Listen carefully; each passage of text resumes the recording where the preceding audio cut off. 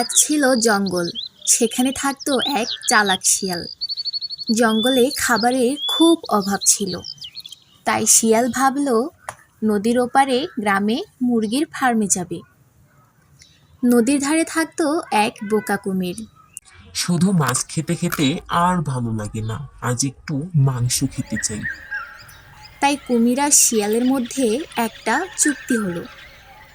কুমির প্রতিদিন শিয়ালকে নদী পার করাবে, আর শিয়াল এনে দেবে একটা করে মুরগি।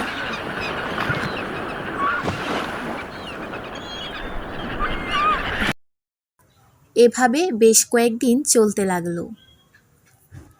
একদিন শিয়াল মুরগির মালিকের তাড়া খেয়ে পালালো। সেদিন আর মুরগি আনতে পারল না। আমি খুব ক্ষুধার্ত, আজ তোকে খেয়েই ফেলবো।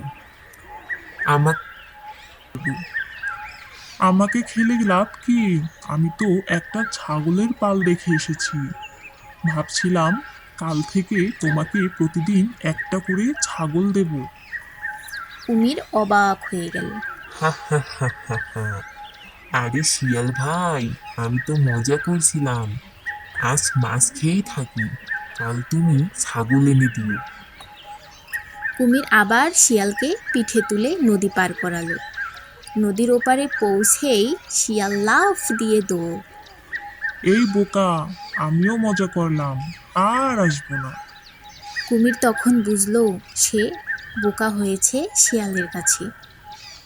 চালাকের সাথে চালাকি করতে গেলে আগে নিজেকে চালাক বানাতে হয়।